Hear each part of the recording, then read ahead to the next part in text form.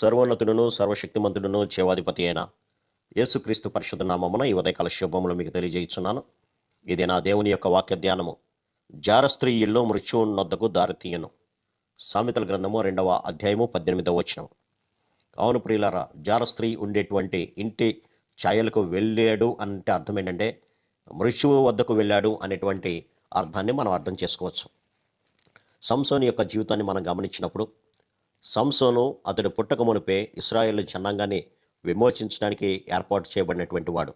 ప్రభువు ముందుగానే తన కొరకు నాజీరు చేసుకున్నటువంటి వ్యక్తి సంసోను. కానీ ఇటువంటి సంసోను దారి తప్పి అక్కడ దెలీలా అనేటువంటి ఒక స్త్రీని మోహించి అక్కడికి వెళ్ళినట్లుగా మనం గమనించవచ్చు. అయితే ఇతని శత్రువు అయినటువంటి ఫిలిస్తీయులు సర్దారులు ఆమె యొద్దకు వచ్చి, నీవు అతనిని లాలన చేసి అతని యొక్క గొప్ప బలము దేనిలో ఉందో నీవు తెలుసుకున్నప్పుడు మేము మీకు కొంత ధనాన్ని ఇస్తాను, అతనిని బంధించి అతని గర్వంని మేము అనుపుతాము అన్నప్పుడు ఆమె అతనిని లాలన చేసినట్లుగా మనం గమనించవచ్చు. సామెతల గ్రంథము 5వ అధ్యాయము 3వ వచనం చూస్తే, జారస్త్రీ పెదవుల నుండి తేనె కారును అనే మాటను మనం చూడవచ్చు. ఇక్కడ నిజంగా తేనె కారటం కాదు, కానీ తేనె తీపిదనానికి సూచనగా ఉంది. అంటే తీయనైనటువంటి మాటలు ఆమె పలుకుతుంది. ఆ తీయనైనటువంటి మాటల ద్వారానే ఆమె మృత్యువుకి తీసుకువెళ్తుంది అనేటువంటి మాటలు మనం అర్థం చేసుకోవచ్చు.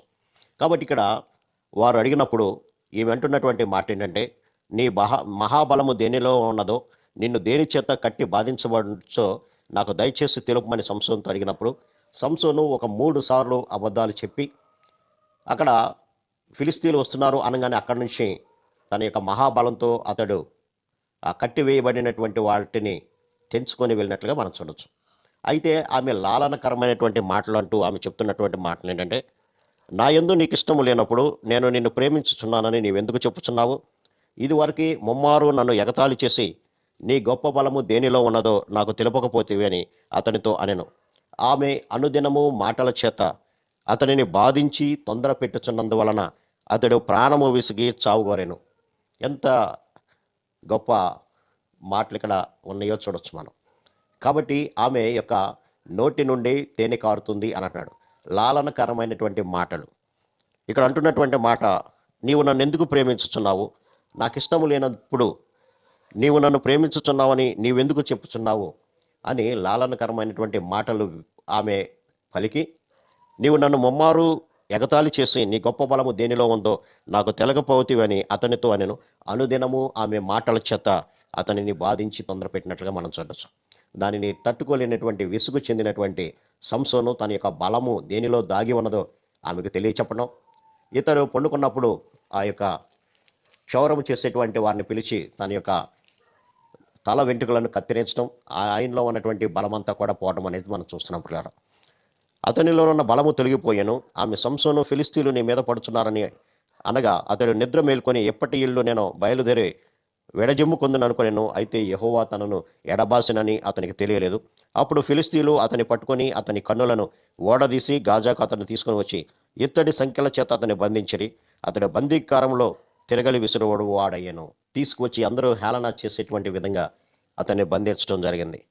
వారందరూ కూడా సంసోనును చూచి, మన దేశం పాడు చేసిన వాడును మనలో అనేకులను చంపిన వాడునైన మన శత్రువును మన దేవత మనకు అప్పగించనని చెప్పుకొనుచు తమ దేవతను స్తుతించిరి. వారి హృదయములు సంతోషంతో నిండి ఉండగా వారు, మనము పరిహాసము చేటుకు సంసోనును పిలిపించుకుందాము రండి అని చెప్పి సంసోనును బందీగృహం నుంచి పిలువనంపిరి. వారు అతని చూచి గుడి స్తంభముల మధ్యను అతను నిలబెట్టి పరిహాసము చేశాను. కాబట్టి ఇంత భయంకరమైనటువంటి స్థితిలో అతనిని నిలవబెట్టి ఉన్నప్పుడు ప్రభువుకి ప్రార్థన చేసి మళ్ళీ తిరిగి తన యొక్క బలాన్ని పొందుకొని ఆ యొక్క స్తంభములను లాగినప్పుడు అదంతా కూడా వారి మీద పడి చనిపోయినట్లుగా మనం చూడవచ్చు. వాటిలో సంసోను కూడా చనిపోయినట్లుగా మనం గమనించవచ్చు. కాబట్టి జారస్త్రీ యొక్క ఛాయలకు నీవు పోబకు అని ప్రభు హెచ్చరిస్తున్నాడు. దాని యొక్క ఇల్లు మృత్యువునకు దారితీస్తుంది అంటున్నాడు. కాబట్టి నీ యవ్వన బలమునందు నీవు సంతోషించు, కానీ జారస్త్రీ జోలికి వెళ్ళినట్లయితే అది మరణానికి దారితీస్తుందని ప్రభు హెచ్చరిక చేస్తున్నాడు. కాబట్టి ఈ వాక్య ధ్యానం ద్వారా ఒకవేళ ఎవరికన్నా ఇటువంటి దురలవాట్లు, పాపపు అలవాట్లు కనుక ఉన్నట్లయితే ప్రభు హెచ్చరిక చేస్తున్నాడు, దాని జోలికి వెళ్ళబాకు. కాబట్టి వాక్యం ద్వారా మన జీవితాలను ఎలా ఉన్నాయో ఒక పరిశీలన చేసుకొని జాగ్రత్త పడదాం. అట్టి కృపా పరిశుద్ధాత్మ దేవుడు మనందరికీ దయచేయను గాక. ఆమేన్. ప్రార్థన. సర్వశక్తుడా, ప్రేమ గల మా తండ్రి, జారస్త్రీ యొక్క ఇల్లు మృత్యువునకు దారితీయనన్నావు నాయన. కాబట్టి అటువంటి వాటికి మేము దూరంగా ఉండి మీ యొక్క వాక్యం చేత నింపబడి వాటి యొక్క మార్గాల వైపు మేము వెళ్లకుండా ఉన్నట్లుగా సహాయం దయచేయమని యేసు నామమున అడిగి పెట్టుకొంచున్నాం తండ్రి.